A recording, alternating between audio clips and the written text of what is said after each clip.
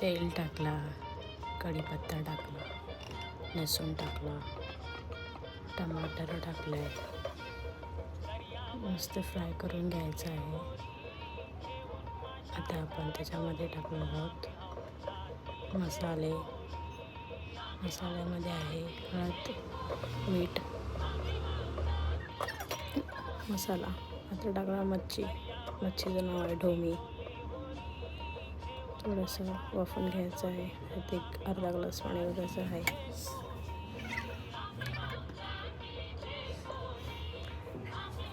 आता आपण वाटण टाकणार आहोत.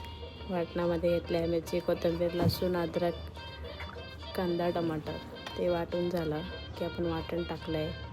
थोडंसं फ्राय करून घेतलं की पाणी ओतायचं आहे. वाटून थोडंसं वाफवून घेतल्यानंतर चिंचेचं पाणी ओतायचं आहे. 5 मिनटं उकळून झाले